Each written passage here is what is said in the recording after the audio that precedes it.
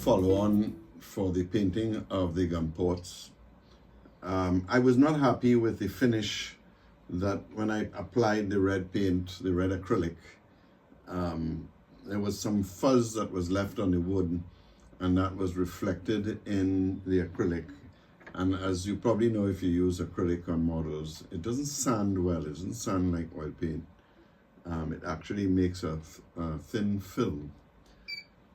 So the solution to that is either use some sanding sealer on the raw wood, or in my case, white on polyurethane, let it dry and then sand that off. And then what you get is a nice clean surface.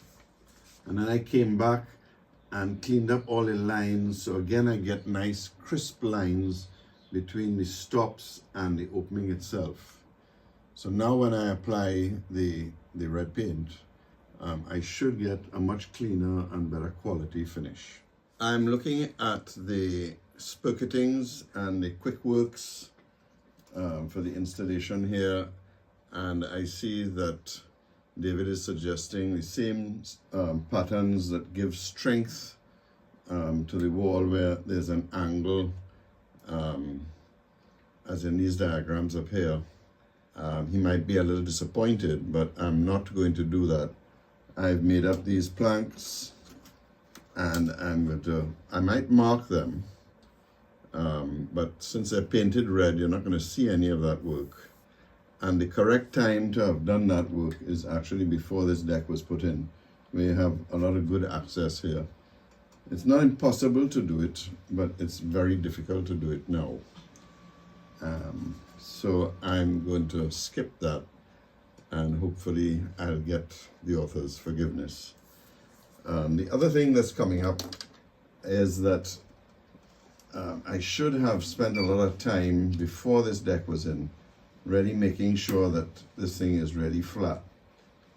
It's pretty good, but I've found a few pieces, high spots, one in particular here, that I'm now going to have to take down. And I'll do that using the sander and being very careful not to touch anything in here. I've been sanding recently and inhaling a lot of dust, so forgive me if I put this on.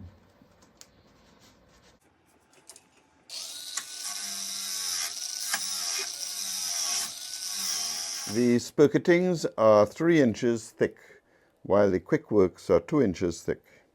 To make sure that I don't have the same problem that I had here with the gun port and the gun port stops, I'm actually covering them in some white on polyurethane, and I'll sand that down to get a really nice smooth finish, and then I'll try putting at least 1 coat, maybe 2, of the red paint, which is the cadmium scarlet. I may also put a mark on a 16-foot length of each plank, but my gut tells me that you're just not going to see it, so it really probably makes no sense. But just trying to make the author a little more happy with me.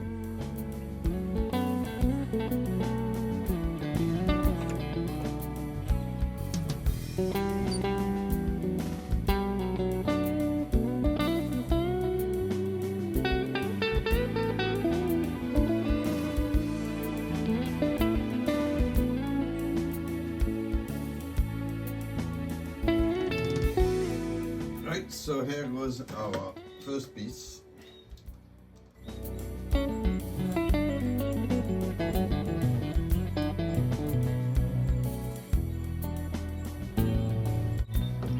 So again, what we'll do is put a very thin layer on the streak itself and be fairly liberal as we come along.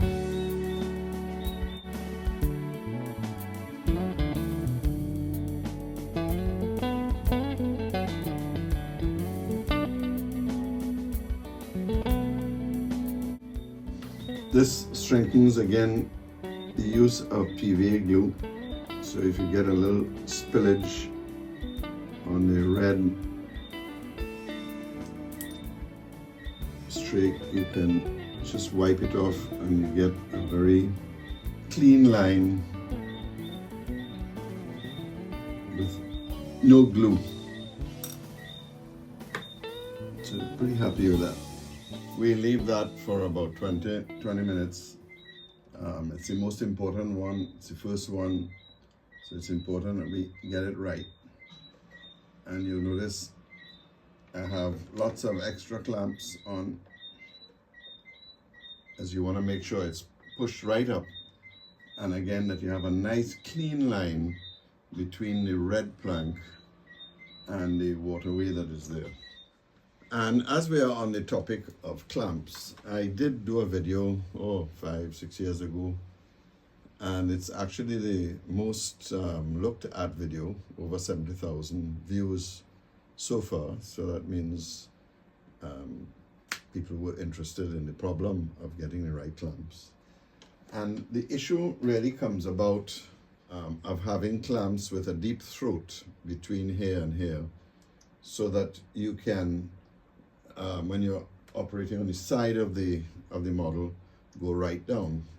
In that video, I had shown you how I developed a clamp to clamp the inside strakes. And of course, as you complete the one side, either the inside or the outside, you end up not being able to use that clamp. So you need a clamp with a long reach. And I had actually even developed this clamp, which is a modification of a regular clamp. I used green heart to hold the end pieces in. But even with that and the green heart, you still get a little bit of flex. But it does work. And once you're not interested in putting something very hard in, this actually will do the job.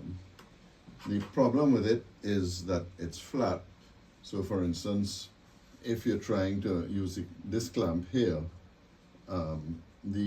any piece that protrudes out from the boat will make these ineffective.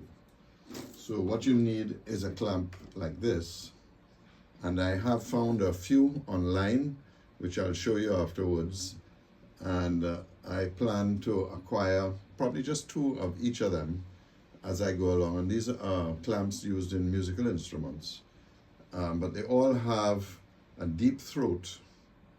And this clamp would work perfectly because it would allow me to clamp a piece in place and not affect the protrusions on the model. Certainly, from a cost-effective point of view, anytime I come across these particular clamps, they're very inexpensive, I will pick them up, because in most cases, they work and they give you about 2.25 inches of throat. And I think we should really have clamps that give you as much as 6 inches. I did try to find, these are Japanese box clamps, and because it's made of brass, you would get very little bending. I did try to find a manufacturer of these clamps to see if they would make a set for me with extended arms, and so far I have been unable to contact any Japanese manufacturer. But again, I've used these box clamps quite a bit, and I have quite a collection, and they're fantastic for pulling things across on the model. These clamps are also very useful, but they tend to be very powerful. I wouldn't like to put my finger in there because they could easily destroy the part that you're clamping. These are 2 of the clamps that I found, which are quite interesting, and I'm going to order some of them and then decide which ones I'm going to keep. Perhaps the most interesting one is this one, which is much better made. It's used in cellos, and I'm going to order literally 2 of these, and if it works out well, I'll try and keep at least 6 or 8 of them to do these difficult jobs. Well, at some point in time in the future, I'll do another video and update the clamps, because from 5 years to now, I've certainly acquired a huge selection of clamps. But it's time to get back to the planking on the model. And you remember, I'm always going on about jigs, so I keep all my jigs in this box. all sorts of jigs, anything that I've made up. And these are all from different models, sterns. And of course I have the jig that I use to bend the side planks in the first instance. Of course, once I fit it securely, I will heat the strip a few times to make sure that it holds the shape perfectly. This is an essential part of locking in the bend. Now we'll put the piece on the model, and it's a compound bend, so we need to lock that shape in. It has a flare on the bow, so the piece needs to reflect that. And we do this 2 or 3 times, not leaving the heat too long, but just enough to start to put the bend in place.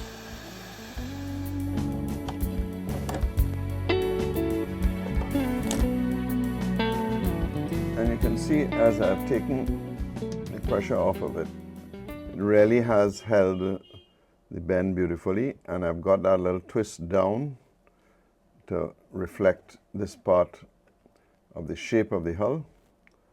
So all I have to do now is to square this off, which is the center line here.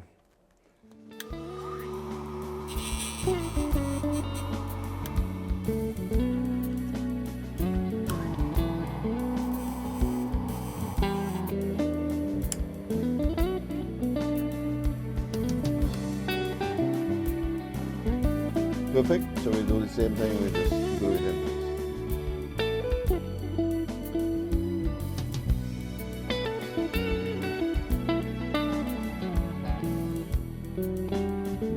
Well, we've put on the second spirketting, and of course it's now showing up some of the mistakes I made. One is that the bottom sill of the gun ports do not all line up perfectly. So that's an error created way back. And well, we're not going to do anything about it. We're simply going to adjust,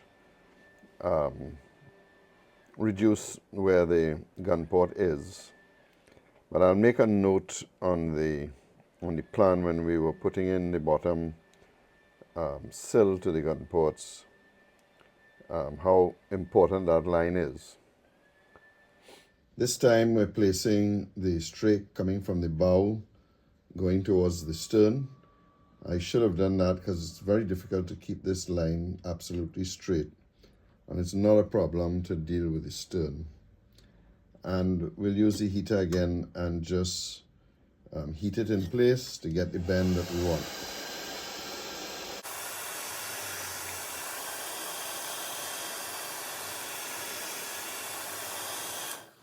We'll do that 2 or 3 times, a little bit at a time, not more than 15-20 seconds, and it won't overheat the model.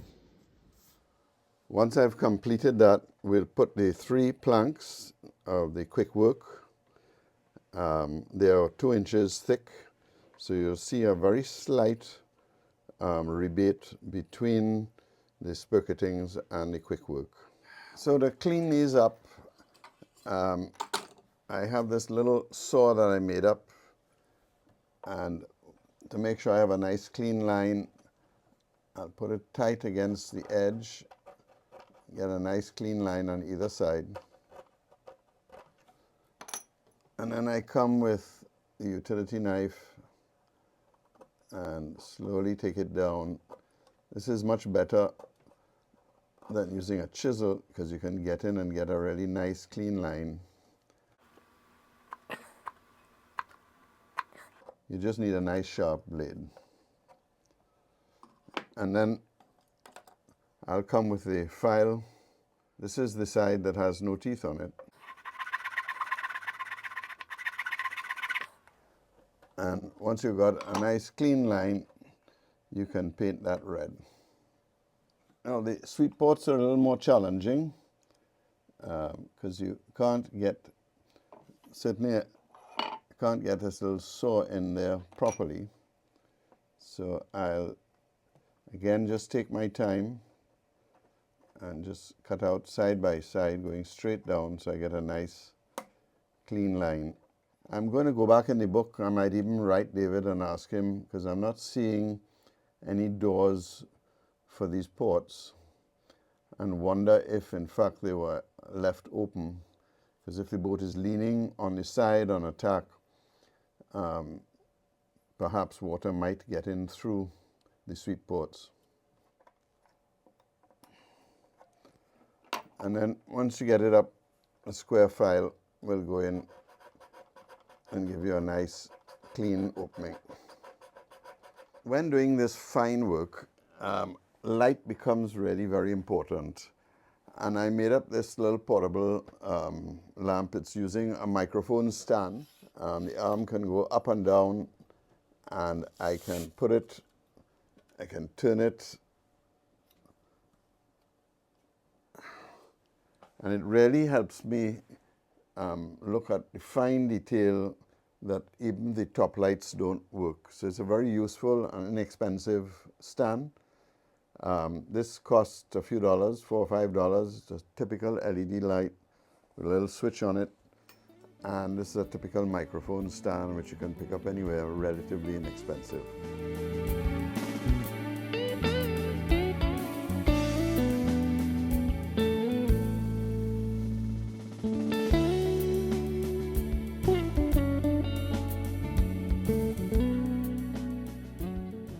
That is the end of the Spirketting installation. In our next video, we'll look at the installation of the QuickWorks. So remember, keep modeling.